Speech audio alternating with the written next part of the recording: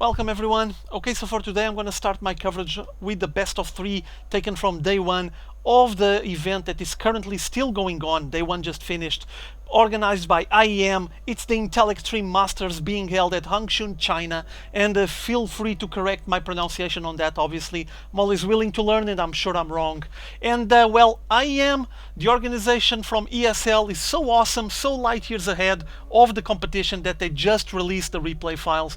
I find that brilliant, something that I'm not even used to anymore, since other organizations decided to assume different postures, different politics towards releasing replays. I need to thank IEM, they're awesome. Thank you so much for providing this content for the community to enjoy for themselves or for me to cast some of the VODs. So we're going to be having here spawning on this 3 o'clock position this red Protoss going by the name of HasuObs, member of Team mouZHasu, German former Warcraft 3 player, one of the finest Protosses playing in Europe at the moment, facing against this blue Terran spawning on this 12 o'clock position, and now a member of Team Evil Geniuses, but formerly a member of Team SEV Life, the Korean Pro EGPuMa.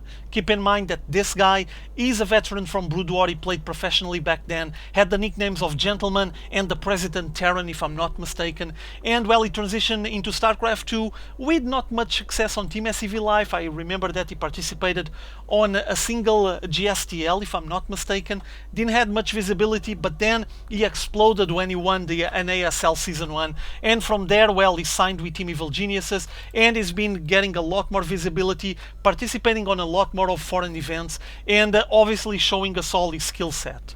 Now, on this specific match, let's take a look which way the players are heading.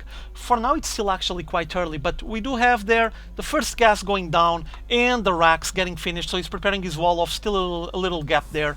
While on HasuObs' side, the first gateway playing out of one gas as well, and preparing some motion detectors here, as you can see, already landing pylons, making some sort of grid that will detect any sort of drops that might occur onto his base. First Marine coming out, so seems like this probe won't have much of a long life. EGPuMa just reacting blistering fast and landing a supply depot that will stop this probe from running away, and there it is, HasuObs scouting is finished. Meanwhile, here on HasuObs' side, gateway into Cybercore, keeping it fairly standard. There's the second gas. On EGPuMa's side, for now, no signs of that second gas, but might be hitting pretty soon. And meanwhile, getting that factory landed. So, maybe some Hellion play soon enough to start harassing. Keep in mind that on these spawning positions, as you can see, it's really close, the drop distance. Rush distance by air, really short. There it is, one base and the other one there. So he can just load up some medivacs with Marines or Hellions and start harassing this mineral line right away. Might be the way to go. For now, HasuObs working on his Warp Gate tech. We do have a single SCV just kept hidden here. Maybe he has some purpose. I guess he's gonna hang here for now. And meanwhile, inside EGPuMa's base, he's getting some Marines. Now, oh, interesting. Okay, getting the first Hellions out, doing a sort of 1-1-1 opening here, and there's no tech labs, no reactors, no add-ons attached on any of the production buildings for now.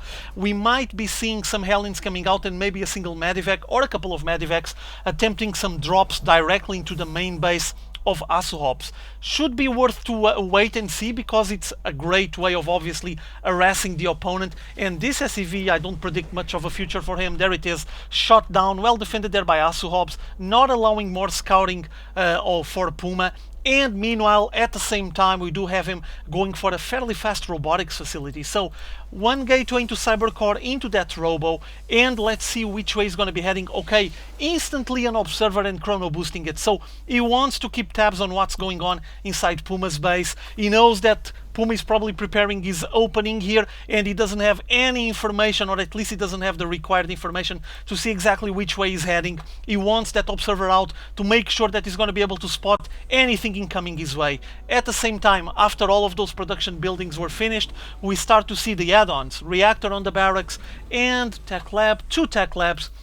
And here he comes, the medivac, loaded with 3 Hellions, well timed here, preparing the harass with these 3 Hellions advancing towards HasuObs. HasuObs is perfectly aware of what's going on. The observer was able to come out in time to notice at least the final moments of this push, and here he comes. Oh, nice focus fire on those sentries, trying to destroy some of them, but there's a single Stalker helping out, destroying and defending against this harass, with EGPuMa forced to push back. And oh, those 2 Stalkers, oh, that was close, really close call, but still 20 HP, so well timed, well controlled by Puma.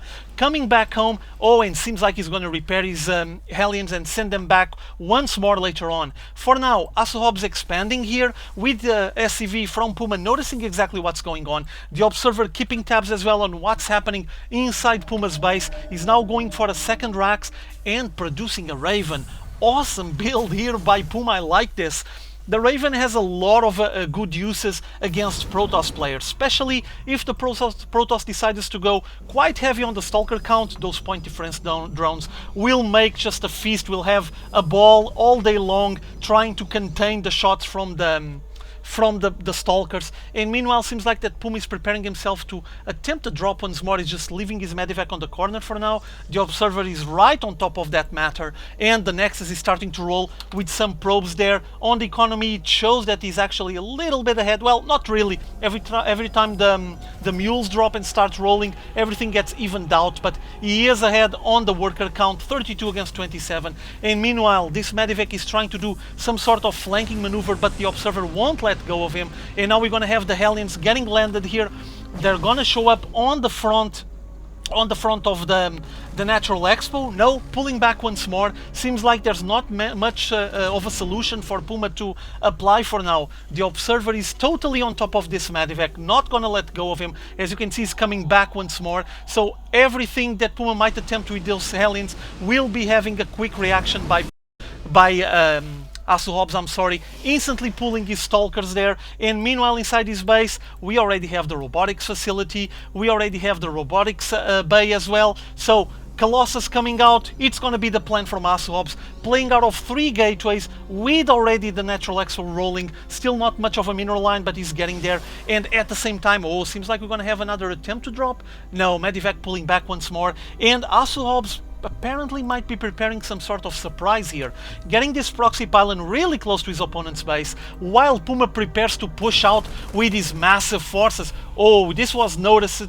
by the probe from HasuObs. HasuObs knows what's coming out here, and he needs to get some sort of defense, because at the moment he doesn't have much of a defense. This is going to be a very interesting push, because you're going to have, as you can see on this unit composition, Banshees backing out the ground forces and participating on the late push. This is something that you don't see that often. Usually Banshees are more used to harass during the early stages of the game, but actually Puma is going to try to advance with all of these units. He's going to back up his ground forces with the Banshees, and as you can see there on the count, 25 Marines, 4 siege tanks, 2 Banshees and 1 Raven. That Raven will be brilliant. And also, oh, what is he trying to get here? Oh, a single Zealot attempting to climb up, but everything is firm tight shut. No chance for him, and here he comes. Forces from Puma sieging his opponent here on the Natural Expo, in range to blast away that Nexus. Seems like there's not going to be much of a future for this Nexus, and HasuObs knows that he doesn't have enough units for now.